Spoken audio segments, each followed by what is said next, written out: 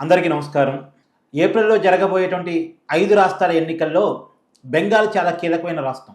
మొత్తం 17 కోట్ల మంది 5 రాష్ట్రాల ఎన్నికల్లో ఓటింగ్‌లో పాల్గొబోతూ ఉంటే 9 కోట్ల మంది ఓటర్లు ఒక బెంగాల్‌లోనే ఉన్నారు.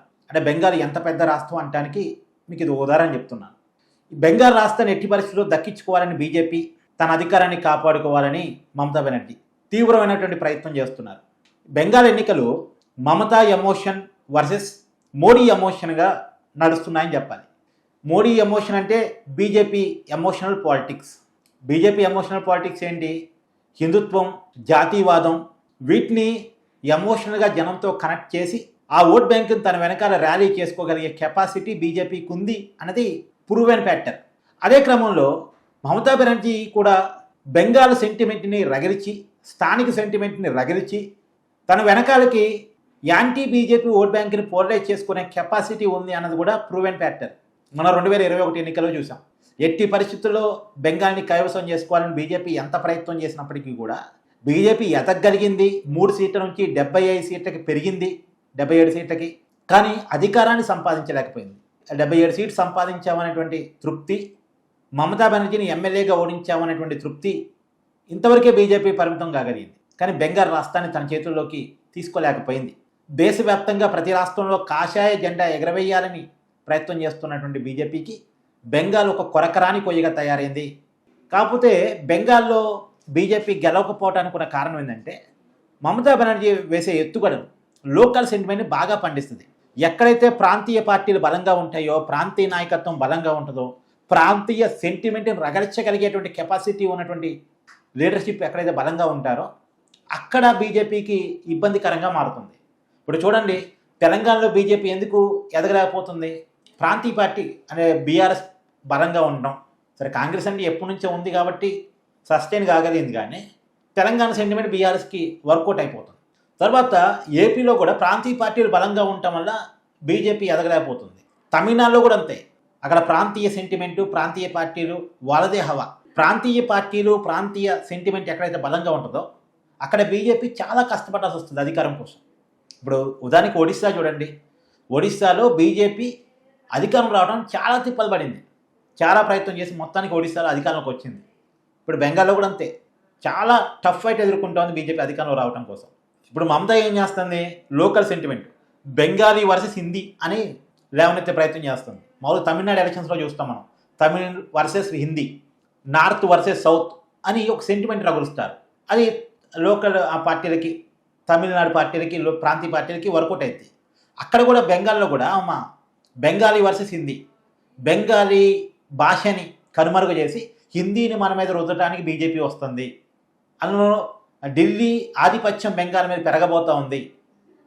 మన పార్టీ కాదు, మన కల్చర్ కాదు అనేది మమతా బెనర్జీ జనాల్లోకి విపరీతంగా తీసుకెళ్తుంది. అంది వచ్చిన ఏ అవకాశాన్ని వదులుకోవట్లేదు. ఇప్పుడు బీజేపీ హిందుత్వ ఐడియాలజీతో ఉందని మమతాకి ఐడియా ఉంది కాబట్టి, హిందుత్వ పోలరైజేషన్ బీజేపీ చేస్తుంది కాబట్టి మమతా ఏం చేస్తున్నారు?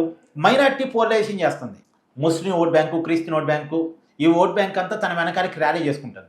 పైగా హిందువుల్లో ఉండే మైనార్టీలు, దళితులు, గిరిజనులు, వీళ్ళని తన వెనకాలకి ర్యాలీ చేసుకుంటుంది. ఒకవైపు హిందూ ఓట్ బ్యాంకులో చీలిక తీసుకొస్తుంది, ఇంకొక వైపు మైనార్టీ ఓట్ బ్యాంక్ మొత్తాన్ని తన వెనక్కి ర్యాలీ చేసుకుంటుంది. అందులోనూ లోకల్ సెంటిమెంట్ బాగా రగలిచ్చే ప్రయత్నం చేస్తుంది. పైగా అంది వచ్చిన ఏ అవకాశాన్ని వదులుకోవట్లేదు. బెంగాల్ మీద ఢిల్లీ దాడి చేస్తుందని, తర్వాత అంటే ఎప్పుడైనా చూడండి, జాతీయవాదం పనిచేసిద్ది, కానీ ఎన్నికల్లో జాతీయవాదానికి ప్రాంతీయవాదం పోటీ పడింది అనుకోండి, ప్రాంతీయవాదానికే మొగ్గు వస్తుంది. అందుకని చూడండి, కాంగ్రెస్ బీజేపీ ఫైట్ చేసినప్పుడు బీజేపీ ఈజీగా గెలిచింది, ఎందుకంటే 2 జాతీయ పార్టీలే. కానీ ఈ జాతీయవాద బీజేపీ తోటి ఎప్పుడైతే ప్రాంతీయ పార్టీ పోటీపడి ప్రాంతీయవాదాన్ని, ప్రాంతీయ సెంటిమెంట్ని రగిలిస్తే వాళ్ళకి అడ్వాంటేజ్ అవుతుంది ప్రాంతీయ పార్టీలకి. ఇప్పుడు బెంగాల్లో అదే జరుగుతుంది. ఆ అడ్వాంటేజే మమతా తీసుకుంటుంది. పోయినసారి అదే తీసుకుంది, ఇప్పుడు అదే తీసుకుంటుంది.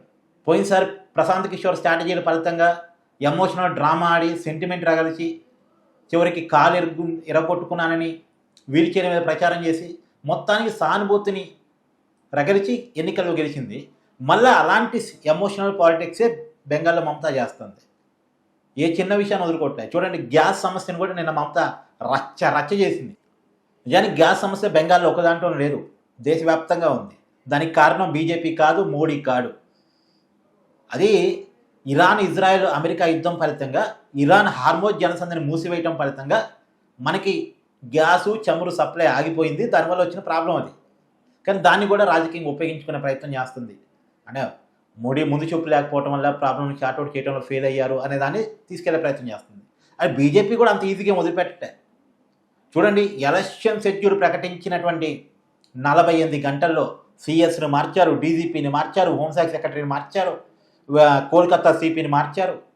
అంటే మమతాకి బలంగా ఉన్నటువంటి అధికారులందరినీ కూడా, మమతాకు అనుకూలంగా ఉంటారు అనుకున్న అధికారులందరినీ పక్కన పెట్టి వేరే అధికారులను ముందు పెట్టి బీజేపీ ఎలక్షన్ నడిపించే ప్రయత్నం చేస్తుంది. ఎలక్షన్ కమిషన్ని వాడుకుంటూ ఎలక్షన్ నడిపించాలని బీజేపీ ప్రయత్నం. గవర్నర్ని కూడా మార్చారు. గవర్నర్, పశ్చిమ బెంగాల్ గవర్నర్ని తీసి పడేసి తమిళనాడు గవర్నర్ని తీసుకొచ్చి బెంగాల్లో పెట్టారు. అతను చాలా వివాదాస్పద గవర్నర్. పేరుకే గవర్నర్గా ఉంటాడు కానీ బీజేపీ కార్యకర్త అనే విమర్శలు ఉన్నాయి అతని మీద. సో ఎట్టి పరిస్థితుల్లో బెంగాల్లో 2021లో మిస్ అయ్యాం, ఇప్పుడు మిస్ కావద్దు అని బీజేపీ అనుకుంటుంది. నేను రానియను, ఇది నా అడ్డ అని మమత అంటుంది. ఏం జరిగే అవకాశం ఉంది అంటే ఇప్పటికైతే ఈ రోజుకి స్టిల్ మమతా కొద్దిగా అడ్వాంటేజ్ ఉంది. మమతాకే అడ్వాంటేజ్ ఉంది. ప్రభుత్వం మీద వ్యతిరేకత ఉంది, మమతా పరిపాలన మీద వ్యతిరేక. అయితే ఇంకోటి ఉంది, ఇక్కడ ఒక విషయం తెలుసా, బెంగాల్లో మమత ఓడిపోవాలని బెంగాల్ అవతల అందరూ కోరుకుంటున్నారు. బెంగాల్ లోపల కాదు, బెంగాల్ అవతల. బెంగాల్లో మమతాకి మెజార్టీ ఉంది జనాల్లో, బయట దేశంలో మాత్రం మమత ఓడిపోవాలి, ఈ మమత యాంటీ ఇండియా, మైనార్టీ బొజ్జగింపు రాజకీయాలు చేస్తూ ఉంటారు, యాంటీ హిందుత్వ అనేటువంటిది అందరిలో చాలామందిలో ఒపీనియన్ ఉంది. అందుకని మమత అధికారం నుంచి దిగిపోవాలని మన కాడ కూడా చాలామంది డిమాండ్ చేస్తున్నారు. కానీ మమత అధికారం దిగిపోవాలని కమ్యూనిస్టులు కోరుకుంటారు, కాంగ్రెస్ కోరుకుంటుంది, బయట అందరూ కోరుకుంటున్నారు. కానీ బెంగాలీలు మాత్రం మమతతోనే ఇప్పటికైతే పోలరైజ్ అవుతున్నారు. చూడాలి ఏం జరిగిద్ది అనేటువంటిది. మీ అభిప్రాయాన్ని కామెంట్ చేయండి. Thank you.